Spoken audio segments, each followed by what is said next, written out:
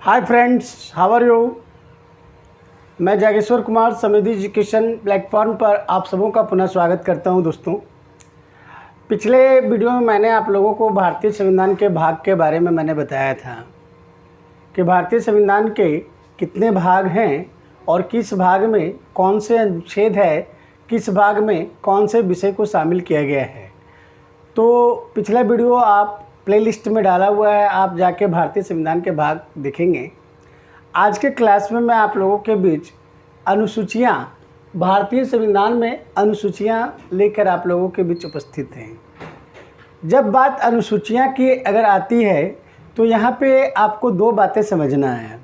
जब हमारा भारतीय संविधान बना था, जिसको हम लोग मूल संविधान कहते हैं, उसमें अनुसूचियाँ कुछ अलग था और आज के डेट में अनुसूचियाँ भारतीय संविधान में कुछ अलग है और इससे लगातार क्वेश्चंस पूछ लिया जाता है और इसमें ज़्यादातर स्टूडेंट्स कंफ्यूज कर जाते हैं।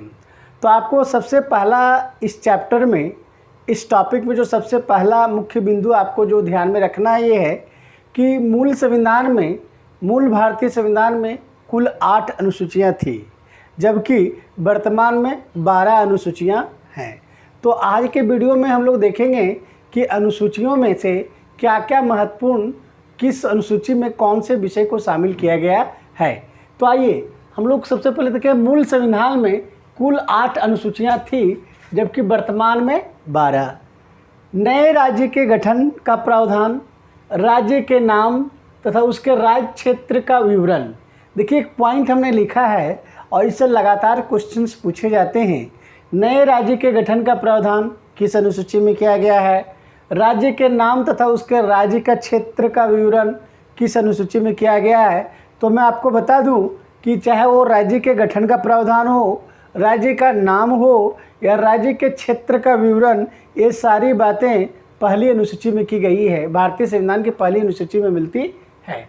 उसके बाद भारतीय संविधान में के अनुसूची जो आपको जैसा कि पता है कि मूल संविधान में 8 अनुसूचियाँ थी और अभी वर्तमान में 12 अनुसूचियाँ हैं। तो जाहिर सी बात है कि जो 4 अनुसूचियाँ जो बढ़ाया गया वो किसी न किसी संशोधन के माध्यम से बढ़ाया गया होगा। चूँकि हमारे भारतीय संविधान की एक खूबसूरती ये है कि हम आवश्यकता अनुकूल समय समय पर भारतीय संविधान में संशोधन करते आए हैं और भारतीय संविधान में संशोधन करने का प्रावधान निहित है। तो संशोधन के माध्यम से 4 अनुसूचियों को जोड़ा गया और वर्तमान में आज हम लोगों के बीच 12 अनुसूचियाँ हैं। तो वो 4 अनुसूचियाँ जो जोड़ा गया वो 4 संशोधनों के द्वारा जोड़ा गया है। तो अब हम लोग को यह ध्यान में रखना है कि कौन कौन सा संशोधन हुआ था। तो मैं आपकी जानकारी के लिए बता दूं कि सबसे पहले एक प्रथम संविधान संशोधन जो 1951 में हुआ था, उसके बाद 52वें संविधान संशोधन 1985 और उसके बाद 73वां संविधान संशोधन अधिनियम 1992 और 74वां संविधान संशोधन अधिनियम 1992। कहने का मतलब ये हुआ कि आपको प्रथम संविधान संशोधन 52, 52वां संविधान संशोधन, 73वां संविधान संशोधन और 74वां संविधान संशोधन, ये 4 संविधान संशोधन आपको ध्यान में रखना है। प्रथम संविधान संशोधन अधिनियम 1951, 52वां संविधान संशोधन अधिनियम 1985 और आपको मैं बता दूं कि 2000 में 91 संविधान संशोधन अधिनियम के तहत 52वां संविधान संशोधन अधिनियम में संशोधन पुनः किया गया है ना। तो संविधान संशोधन अधिनियम जो 91वें संविधान संशोधन अधिनियम 2003 था, उसके माध्यम से किसमें संशोधन किया गया? तो जो 52वां संविधान संशोधन अधिनियम में जिस अनुसूची को हम लोगों ने जोड़ा था उसी अनुसूची में संशोधन किया गया। ठीक है। उसके बाद है 73वां संविधान संशोधन अधिनियम 1992 और 74वां संविधान संशोधन अधिनियम 1992। अब सवाल ये उठता है कि प्रथम संविधान संशोधन अधिनियम 1951 के तहत हमने कौन सी अनुसूची को जोड़ा? तो वो 9वीं अनुसूची है। चूँकि 8 अनुसूची तो पहले से हमारे बीच था, 9वीं अनुसूची को जोड़ा गया प्रथम संविधान संशोधन अधिनियम 1951 के तहत। उसके बाद आपका है 52वां संविधान संशोधन अधिनियम 1985। इसके आधार पर 10वीं अनुसूची को जोड़ा गया और आपको पता है कि 10वीं अनुसूची में पुनः संविधान संशोधन किया गया और वह संशोधन था 91वां संविधान संशोधन अधिनियम 2003। और 10वीं अनुसूची को दल बदल कानून भी कहा जाता है। देखिए बहुत ही इम्पॉर्टेंट है, आपसे यह सवाल पूछा जा सकता है कि निम्न में से किस अनुसूची को दल बदल कानून कहा जाता है, तो आपका जवाब होगा 10वीं अनुसूची। आपसे सवाल ये पूछा जा सकता है कि 10वीं अनुसूची को किस संशोधन के माध्यम से जोड़ा गया, तो आपका जवाब होगा 52वां संविधान संशोधन अधिनियम 1985। आपसे सवाल पूछा जा सकता है कि दल बदल कानून में पुनः संशोधन कब किया गया, तो आपका जवाब होगा 91वें संविधान संशोधन अधिनियम 2003। क्लियर। उसके बाद है 73वां संविधान संशोधन अधिनियम 1992। 73वां संविधान संशोधन अधिनियम 1992 के द्वारा 11वीं अनुसूची को जोड़ा गया और फिर 74वां संविधान संशोधन अधिनियम के द्वारा 12वीं अनुसूची को जोड़ा गया। तो मूल संविधान में 8 अनुसूचियां थी और अभी वर्तमान में 12 अनुसूचियां हैं। तो 4 अनुसूचियां कब किस संविधान संशोधन के तहत जोड़ा गया आपने देखा। एक पॉइंट मैंने लिखा है, सरकारों द्वारा शुल्क कर लगाने का अधिकार। ये जो शुल्क कर लगाने का जो अधिकार सरकार को दिया गया है वो 7वीं अनुसूची के तहत दिया गया है, 7वीं अनुसूची के तहत प्राप्त है। अब हम लोग देखते हैं विस्तृत रूप से कि किस अनुसूची में कौन सा विषय है। तो प्रथम एक तरफ कॉलम है अनुसूची और दूसरा है उससे संबंधित विषय। तो आप देख रहे हैं पहली अनुसूची। पहली अनुसूची में राज्यों और संघ राज्य क्षेत्रों के नाम व उनकी सीमाएं दिया गया है, मतलब कौन राज्य है, कौन संघ राज्य है, उसकी सीमाएं कहाँ हैं और उसकी सीमाएं कहाँ तक बनती है, इन सारे चीज़ों का विवरण पहली अनुसूची में दिया गया है। बात करें दूसरी अनुसूची का, तो दूसरी अनुसूची में वेतन, भत्ते, पेंशन इत्यादि का विवरण किया गया है। अब सवाल ये उठता है कि वेतन, भत्ते, पेंशन इत्यादि से जुड़े प्रावधान, तो किसके वेतन, किसके भत्ते, किसके पेंशन, तो आप इसको ध्यान में रखेंगे। राष्ट्रपति, राज्यपाल, लोकसभा और राज्य विधानसभा के अध्यक्ष और उपाध्यक्ष, फिर राज्यसभा और राज्य विधान परिषद के सभापति और उपसभापति, सर्वोच्च न्यायालय और उच्च न्यायालय के न्यायाधीश, भारत के नियंत्रक एवं महालेखा परीक्षक, ये सारे जो पदाधिकारी हैं इसके वेतन, भत्ते और पेंशन इत्यादि से जुड़े प्रावधान दूसरी अनुसूची में वर्णित है। क्लियर। पहली अनुसूची क्या है, संघ और राज्य क्षेत्र का नाम, उनकी सीमाएं। दूसरी अनुसूची में वेतन, भत्ते, पेंशन। तीसरी अनुसूची की बात करें तो तीसरी अनुसूची में संघ, राज्य मंत्री, संसद और राज्य विधानमंडल के सदस्य, चुनावों के प्रत्याशी, न्यायाधीश आदि द्वारा ली जाने वाली शपथ, जो ओथ हम लोग लेते हैं, वो तीसरी सूची में अनुसूची में वर्णित है। पहली अनुसूची में राज्य और राज्य संघ राज्य क्षेत्र का विवरण, दूसरी में वेतन, भत्ते, पेंशन इत्यादि से जुड़े प्रावधान, तीसरी में शपथ, जितने प्रकार का जो ओथ लिया जाता है, चाहे वो ओथ किसी मंत्री के द्वारा लिया जाए, किसी लोकसभा विधान परिषद विधानसभा के सदस्य द्वारा लिया जाए, राज्यसभा विधान परिषद के सदस्य के द्वारा लिया जाए, वो सारा तीसरी अनुसूची में वर्णित है। चौथी अनुसूची में राज्यों और संघ राज्य क्षेत्रों के लिए राज्यसभा में सीटों का आवंटन। आपको मालूम होगा कि लोकसभा और राज्यसभा होता है, तो राज्यसभा में किस राज्य को कितनी सीटें दी गई है, किस संघ राज्य क्षेत्र को कितनी सीटें दी गई है, इसका विवरण चौथी अनुसूची में मिलता है। चूँकि हर एक राज्य का राज्यसभा में जो सीट है उसकी जनसंख्या के अनुपात के हिसाब से अलग अलग है, तो किसको कितना दिया गया है इसका वर्णन आपको चौथी अनुसूची में मिलेगा। बात करें पाँचवीं अनुसूची का, तो पाँचवीं अनुसूची में अनुसूचित जाति या जनजाति के प्रशासन और उसके नियंत्रण का प्रावधान है पाँचवीं अनुसूची में। छठी अनुसूची में बात करें तो विशेष रूप से मेघालय, मिजोरम, त्रिपुरा, असम के जनजातीय प्रशासन और नियंत्रण से संबंधित प्रावधान। तो पाँचवीं और छठी, पाँचवीं में अनुसूचित जाति जनजाति और छठी में है असम, मेघालय, मिजोरम और त्रिपुरा के जनजाति, ये ध्यान रखिएगा। तो पाँचवीं छठी को मैंने एक साथ क्लब कर दिया ताकि आप कन्फ्यूज ना करें। सातवीं अनुसूची में संघ सूची, राज्य सूची, तथा समवर्ती सूची के विषय शामिल है। आपको मालूम है कि कुछ ऐसे विषय हैं जो संघ के अंतर्गत आते हैं, जिसको संघ सूची में रखा जाता है। कुछ ऐसे भी विषय होते हैं जो राज्य के अंतर्गत में आते हैं, उसको राज्य सूची के अंतर्गत रखा गया है। कुछ ऐसे भी विषय हैं जो संघ और राज्य दोनों के अधिकार में आते हैं, उसे हम लोग समवर्ती सूची के अंतर्गत रखते हैं। और इसी के आधार पर सरकार को शुल्क में कर लगाने का भी अधिकार प्राप्त है।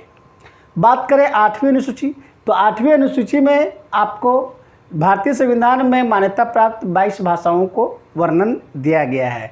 क्योंकि भारतीय संविधान में कुल कितनी भाषाओं को मान्यता प्राप्त है, तो भारतीय संविधान में कुल 22 भाषाओं को मान्यता प्राप्त है और इसका विवरण 8वीं अनुसूची में मिलता है। अब 9वीं अनुसूची, आपको मालूम है कि 8वीं अनुसूची 8 अनुसूची मूल संविधान में था।